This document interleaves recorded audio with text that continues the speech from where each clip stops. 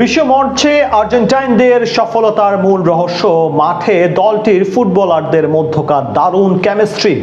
এবারে জানা গেল সেই কেমিস্ট্রির পেছনে দারুণ একটা কারণ, যেখানে মিশে আছে আলবিসেলেস্তাদের প্রায় 400 বছরের একটা ঐতিহ্য।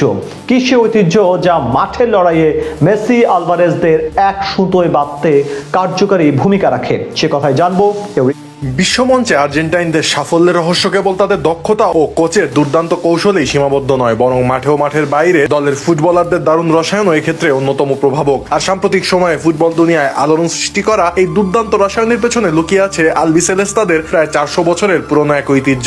2022 সালের কাতার বিশ্বকাপে লিওনেল মেসি, হুলিয়ান আলভারেজ কিংবা অ্যাঞ্জেল ডি মারিয়াদের ট্রফি জয়ের পেছনে মাঠের পারফরমেন্সের পাশাপাশি এই ঐতিহ্যের ভূমিকা ছিল অনস্বীকার্য, যা তাদের পুরো দলকে এক সুতোয় বেঁধে রেখেছিল। আর আর্জেন্টাইনদের এই আবেগঘন ঐতিহ্যের নাম হলো আসাদো। এটি মূলত আর্জেন্টিনার ঐতিহ্যবাহী বারবিকিউ বা কয়লার আগুনে মাংস গ্রিল করার এক বিশেষ পদ্ধতি। তবে আর্জেন্টাইনদের কাছে আসাদো কেবল মুখরোচক খাবার নয়, বরং এটি তাদের সংস্কৃতির এক অবিচ্ছেদ্য অংশ।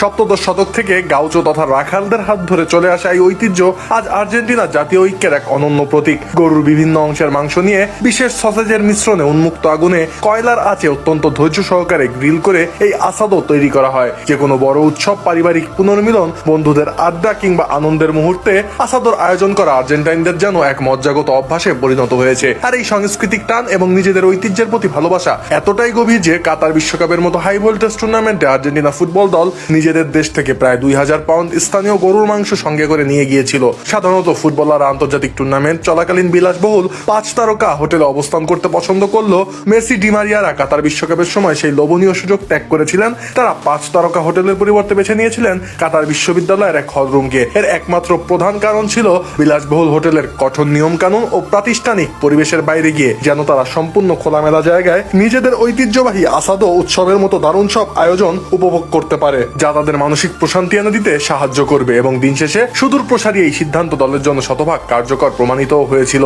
কেননা আসাদোর এই ঘরোয়া আয়োজন খেলোয়াড়দের মানসিক চাপ দূর করতে এবং মাঠের বাইরের একতা বাড়াতে টনিকের মতো কাজ করে। দলের প্রধান কোচ লিওনেল স্কালোনি নিজেই বিশ্বকাপের সময় এই আসাদোর মনস্তাত্ত্বিক গুরুত্বের কথা গণমাধ্যমে অকপটে স্বীকার করেন। তার মতে আসাদো কেবল পেট পুরে মাংস খাওয়ার কোনো আয়োজন নয়, এর চেয়েও বড় বিষয় হলো এর পেছনে সামাজিক পরিবেশ ও আতিক মেলবন্ধন জড়িত।